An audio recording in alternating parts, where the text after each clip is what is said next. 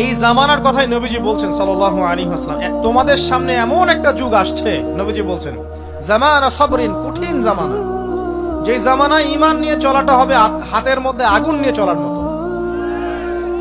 নবীজি বলছেন ওই সময়ে সাহাবী জিজ্ঞাসা করছেন, ইয়া রাসূলুল্লাহ, আমি ওই সময়ে কি করব? ওই সময় আমি কি করব, আমাকে কি পরামর্শ দিচ্ছেন? নবী সাল্লাল্লাহু আলাইহি ওয়াসাল্লাম বলছেন, হে আমর ইবনে আস, তুমি ওই সময় বাড়িতে অবস্থান করো, বাসায় থাকো, বিনা প্রয়োজনে বাড়ির বাইরে এসো না।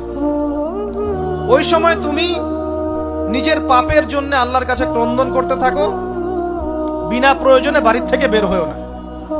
মানুষের সাথে এত বেশি মেলামেশা করো না, নিজে তোমার আমল, তোমার গুনাহ নিয়ে ব্যস্ত থাকো, তোমার পাপের জন্য আল্লাহর কাছে কান্নাকাটি করো, ইনশাআল্লাহ তুমি নাজাত পেয়ে যাবে। এটা একটা অপশন, ফিতনাময় পরিবেশে আপনি কিভাবে বাঁচবেন, এটা একটা অপশন।